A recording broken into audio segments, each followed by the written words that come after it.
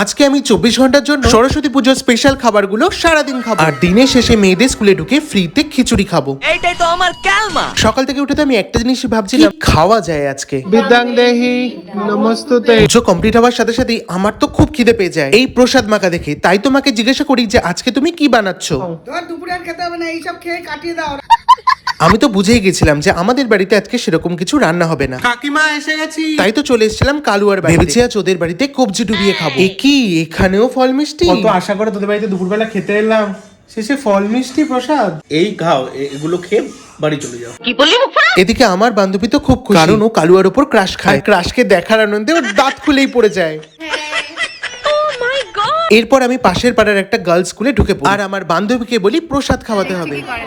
আমি দেখে নিয়েছি ওখানে দূরে না সবাইকে খাবার খাবার দিচ্ছে, ওই জন্য তুই একটু ব্যবস্থা কর, তুই তো স্কুলে পড়তিস। এত গরম গরম খিচুড়ি দেখে লোভ সামলানো যায় বলো? দেখে আমার বান্ধবী এক প্লেট আমার জন্য খিচুড়ি অ্যারেঞ্জ করে নিয়ে। আমার তো সারাদিনের খাওয়া রেডি। বা তোমরা কমেন্টে বলো যে তোমরা পুজোয় কি কি খেলে।